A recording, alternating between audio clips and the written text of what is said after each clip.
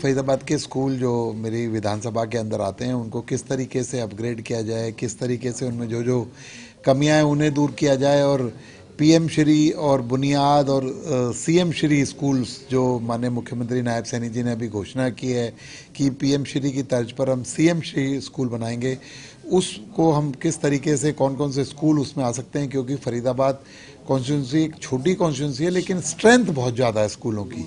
और पीएम श्री के अंदर जो 10 किलोमीटर का क्राइटेरिया उसके अंदर तो नहीं आते, लेकिन सीएम श्री में स्ट्रेंथ के हिसाब से जो माननीय मुख्यमंत्री जी ने कहा है उसमें वो ज़रूर आएंगे। तो उस पर एक चर्चा पूरी की गई और किस तरीके से हम बायोमेट्रिक अटेंडेंस लगा सकते हैं, किस तरीके से उनको और अपग्रेडेशन कर सकते हैं, सीएसआर को कैसे इम्प्लीमेंट कर सकते हैं, तो सारी बातें उस पर एक विस्तृत चर्चा आज डिपार्टमेंट के अधिकारियों के साथ हुई है। यहाँ पर ये बताएं कि जो ऑनलाइन रजिस्ट्रियों का काम किया गया था उसका कुछ रिव्यू करा है आपने? ऑनलाइन रजिस्ट्रियों का जो काम है वो रिव्यू किया नहीं गया था, एवरी डे रिव्यू हो रहा है। कल भी 1000 से ज़्यादा रजिस्ट्रियाँ हुई हैं और डे बाय डे उनमें बेटरमेंट, क्योंकि जब इतना बड़ा बदलाव और परिवर्तन किया जाता है कोई ना कोई प्रैक्टिकल प्रॉब्लम आ ही जाती है, लेकिन उसको डेली बेसिस पर उसको दूर किया जा रहा है जो जो जिस तरीके से नए नए चैलेंजेस आते हैं।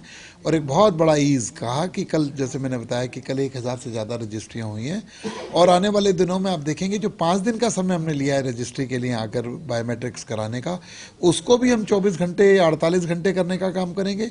और उसके अलावा जो लोगों को दिक्कत परेशानी हो रही है उन पर भी 100% काबू पा लिया जाएगा, ऐसा मैं आप लोगों को विश्वास दूँ। लोगों की जो शिकायतें हैं या परेशानियों की बात करें वो लगातार सामने आ रही है। नहीं देखिए, मैंने कहा ना इतना बड़ा बदलाव जहाँ पर लाखों रजिस्ट्रियाँ साल में होती हों, महीने में 50,000 से ज़्यादा रजिस्ट्रियाँ होती हों पूरे प्रदेश के अंदर, और इस तरीके का एक हम परिवर्तन पूरा का पूरा हम एक कहते ना एक बहुत बड़ा माननीय मुख्यमंत्री जी के नेतृत्व में ऐतिहासिक बदलाव हम लाने का काम कर रहे हैं।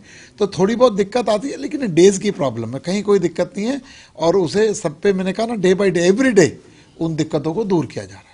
कोई अगर आपके कहने के बावजूद अधिकारी या कर्मचारी डिले जानबूझ के करते हैं तो उनके लिए कोई चेतावनी है?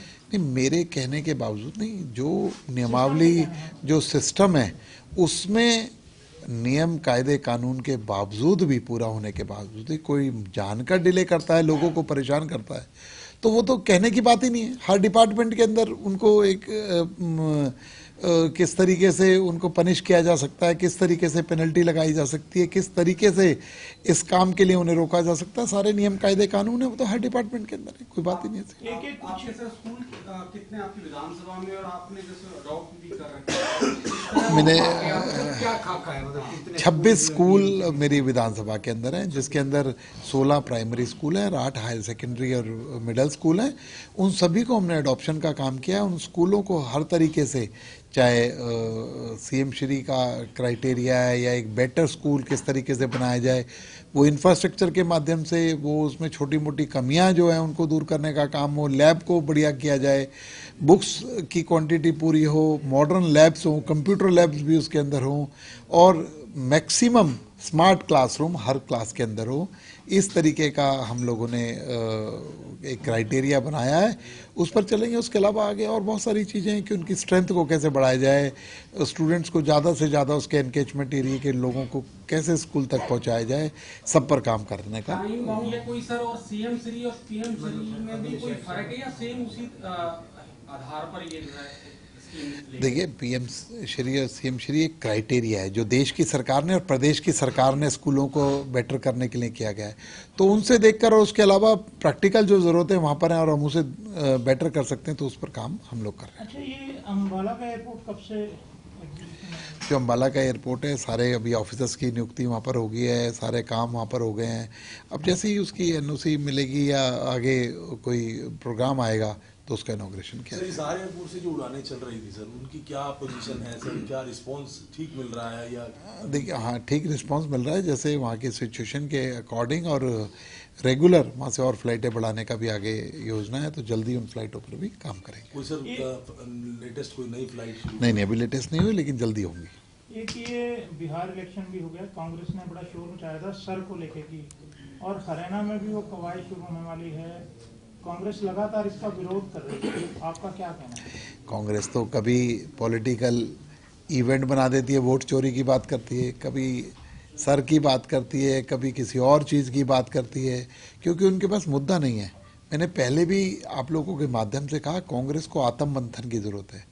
आत्म मंथन करे कि किस तरीके से माननीय मोदी जी का जो डेवलपमेंट प्रोग्राम है, मोदी जी का जो देश को एक विश्व गुरु बनाने का जो सपना है, उसका जो खाका है, उससे बड़ा खाका खींचने पर काम करें। आरोप प्रत्यारोप से कुछ नहीं होगा, ये देश की जनता जानती है। और बिहार उसका जीता जागता उदाहरण है, जहाँ पर वो जाति के नाम पर वोट मांग रहे थे, जहाँ पर धर्म के नाम पर वोट मांग रहे थे, अक्रॉस द जाति और धर्म लोगों ने भारतीय जनता पार्टी को वोट दिया है। और भारतीय जनता पार्टी के एक ऐतिहासिक विजय बिहार के अंदर दिलाने का काम किया है। तो मैं समझता हूँ आत्मचिंतन की ज़रूरत है, आरोप प्रत्यारोप की ज़रूरत नहीं है, क्योंकि उनकी सारी बातें सिरे से मैं नकारता हूँ। झूठ है, झूठ है और झूठ है।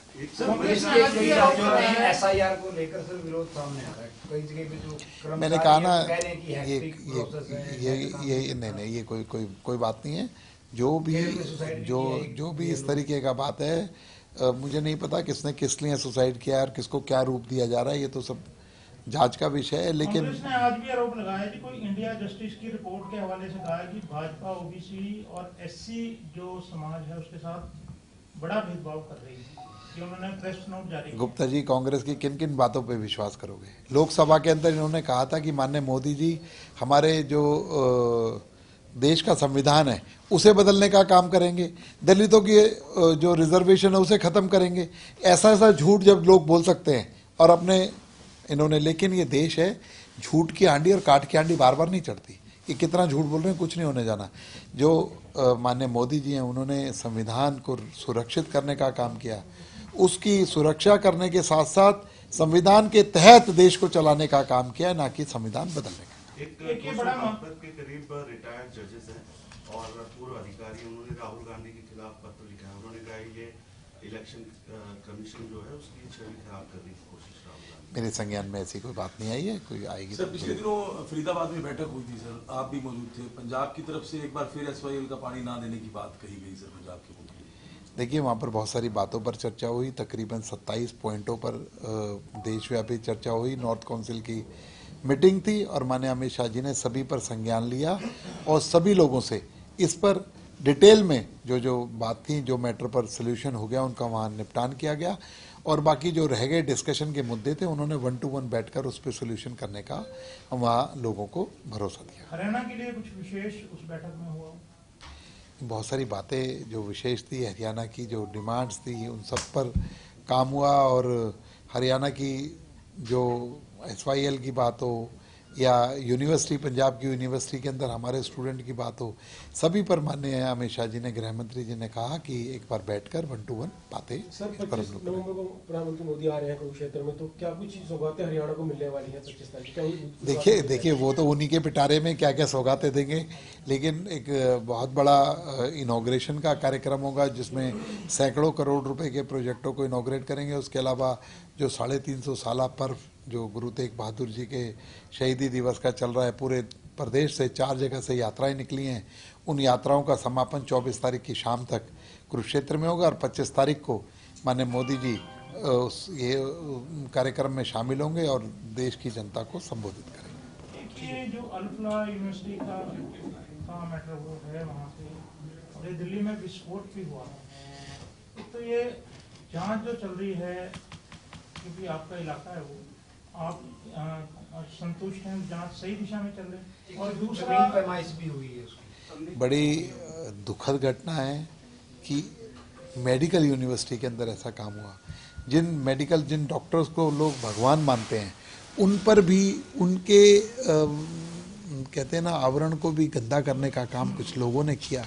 कि किस तरीके से डॉक्टर के रूप में दानव वहाँ पर अपना काम कर रहे थे और किस किस तरीके का उन्होंने योजनाएं बना रखी थी, उनका पर्दाफाश हुआ।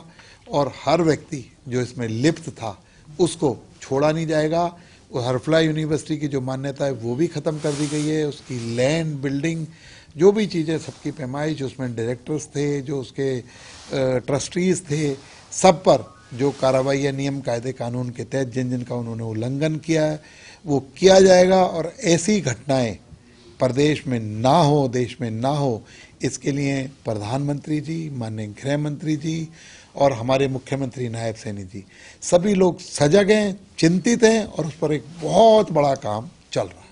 सर, जम्मू कश्मीर की मुख्यमंत्री हैं, पूर्व मुख्यमंत्री महबूबा मुफ्ती, उनका बयान आया है कि धर्म और जाति के नाम पर भारतीय जनता पार्टी बांटने का काम कर रही है। पहले ये धमाके कश्मीर में होते थे, अब दिल्ली तक जा गए हैं और कश्मीरी इसलिए भटके हैं क्योंकि जाति के नाम पर बीजेपी ने बांटा है। उनकी बातों का क्या जवाब देना, जो उनका आचरण, उनकी कार्यशैली पूरा देश जानता है और आज भी ये उसकी निंदा करने की बजाय कि जो काम जम्मू और कश्मीर से शुरू होकर यहाँ तक आया है उसे रोका जाए, दोषियों के बारे में कहा जाए कि निंदनीय काम किया है, वो सब की बजाय वो निर्दोष लोगों की हत्याओं पर राजनीतिक बयान दे रही हैं, बहुत बड़ी शर्म की बात है।